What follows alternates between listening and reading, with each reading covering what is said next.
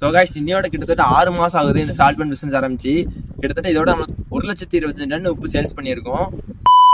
So guys என்னன்னா கிட்டத்தட்ட நம்ம இதுக்கு முன்னாடி நிறைய வீடியோ போட்டிருப்போம். நம்மளோட ஃபர்ஸ்ட் ப்ராஃபிட் நம்ம தனியாக இந்த சால்ட் பிசினஸ் ஆரம்பிச்சது எல்லாத்தையுமே போட்டிருப்போம். இந்த வீடியோவில் நமக்கு வந்து 1,20,000 டன் உப்பு சேல்ஸ் பண்ணதுக்கு 1,25,000 தான் நம்மளுக்கு ப்ராஃபிட் கிடைச்சிருக்கு. ப்ராஃபிட்டும் சொல்ல முடியாது எதுலையுமே. நம்மளுக்கு இதில் தான் இந்த வேலை பார்க்கணும்னு சம்பளம் கொடுக்கறது, அது போக கரண்ட் பில் கட்டுறது எல்லாமே இந்த 1,25,000 தான் அடங்கியிருக்கு. ஸோ போனால் இதில் வந்து நமக்கு வந்து இந்த வருஷம் நமக்கு நட்டம் தான். இந்த வருஷம் நமக்குன்னு இல்லை, இந்த உப்படத்தை பார்க்குற முக்கால்வாசி பேருக்குமே இந்த வருஷத்துக்கு கொஞ்சம் நட்டம் தான். ஸோ எதுக்காண்டி என்ன செய்வாங்கன்னா எல்லாருமே இப்போ உப்பை வந்து ஸ்டாக் வைப்பாங்க. டிசம்பர் மாதம் அந்த நேரத்தில் மழை பெய்யும் போது இவங்க அம்பாரம் வச்சு மூடி வச்சிருவாங்க. அந்த மழை முடியுமே உப்பு வேல்யூ அதிகமாகும். உப்பு வேல்யூ அதிகமாகிறதுனால நம்மளுக்கு வந்து அந்த நேரத்தில் உப்பை விற்க முடியும். 1000 ரூபாய்க்கு போகிற உப்பு வந்து 2000 ரூபாய்க்கு போகும்.